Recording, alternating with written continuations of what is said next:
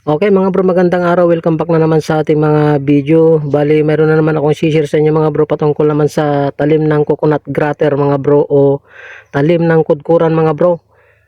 Ayan, bibigyan ko kayo ng idea mga bro o tuturuan ko kayo kung paano gumawa ng talim ng coconut grater.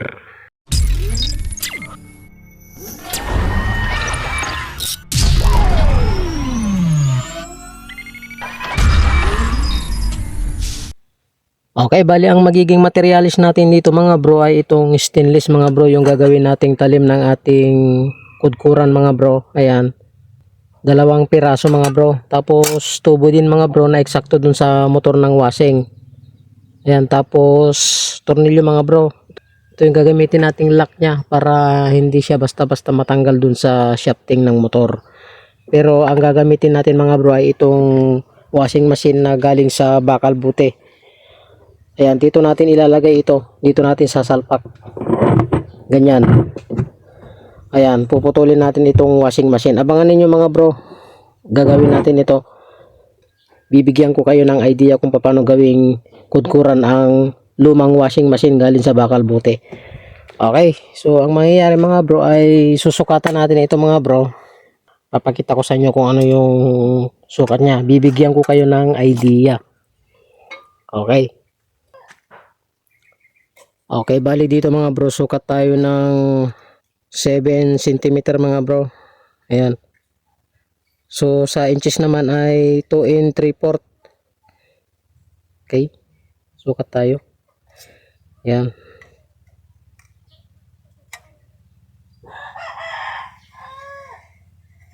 Okay. So nasukat natin yung pagganyan niya mga bro ng 2 and 3/4. Sukat naman tayo ng 2 inches.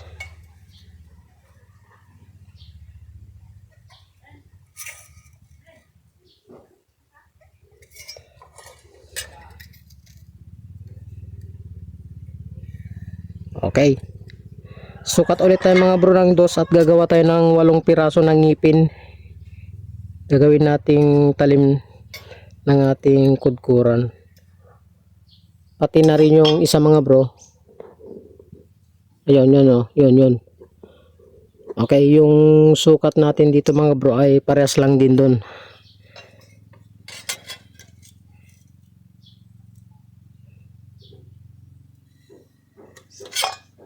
Okay. Bali mayroon tayong pattern dito mga bro. Ayan. Pattern natin.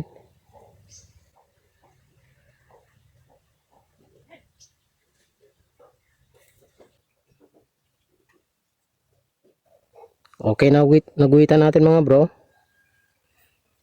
Ayan.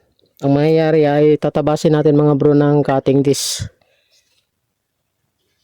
Sukatan natin ng uno-uno. Kunin natin yung kanyang gitna.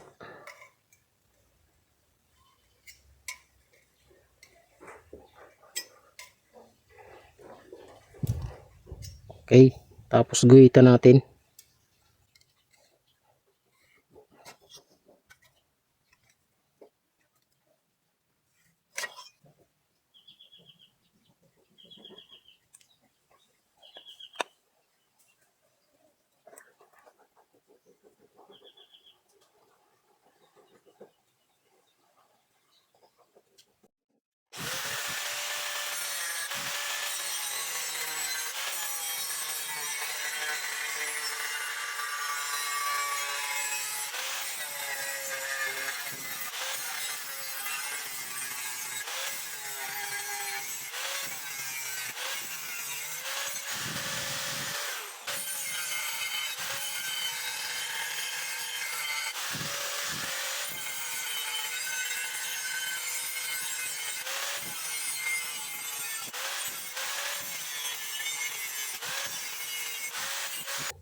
Okay, bali nakating na natin mga bro yung 4 na piraso mga bro. Bali ang susunod naman natin gagawin mga bro ay halimbawa ito mga bro, ito kakatingan natin dito sa gitna hanggang dito.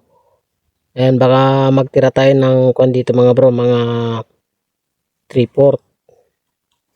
Ayan, kakatingin natin hanggang dyan para isusuksok natin mamaya pag pag-iikisin natin siya. Tapos ito naman mga bro, kakatingan din natin hanggang dito para maisuksok natin na ganon.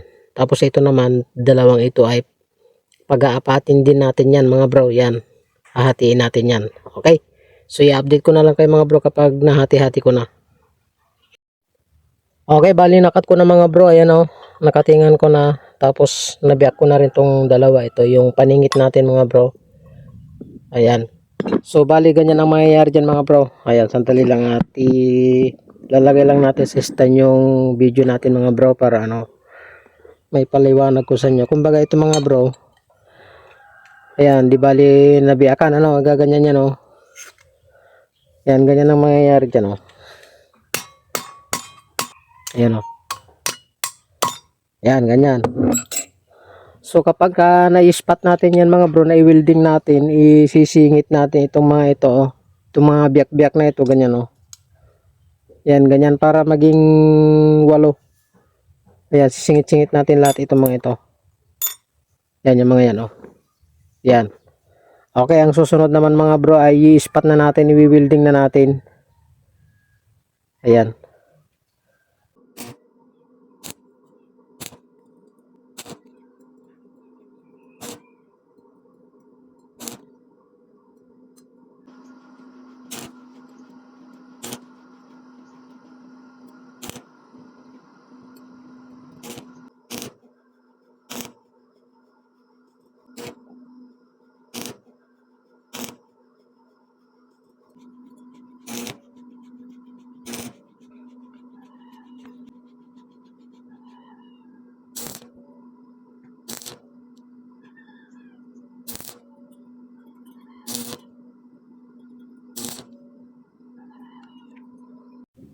Okay, na-spot na natin mga bro. Ayan o, i-grind na natin. Ayan. Okay, i-grind natin mga bro.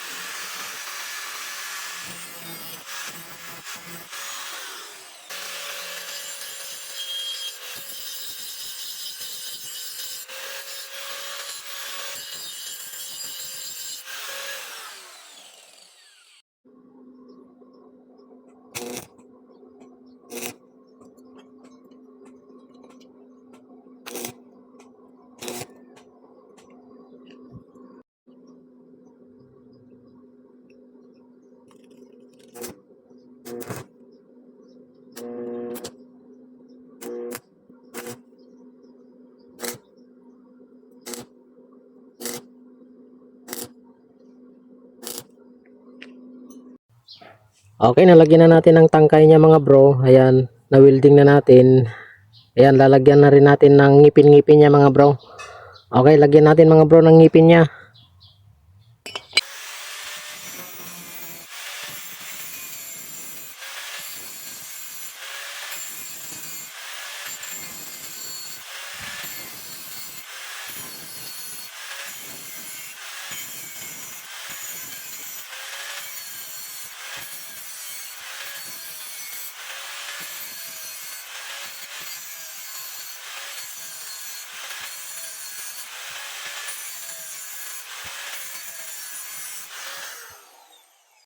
Ayan mga bro, bali nataliman na natin mga bro. Pero kapag halimbawa nataliman yung mga bro ng cutting disc, ay hindi pa doon natatapos mga bro yung pagtatalim natin. Ayan, patutulisin pa rin natin siya gamit yung cutting disc.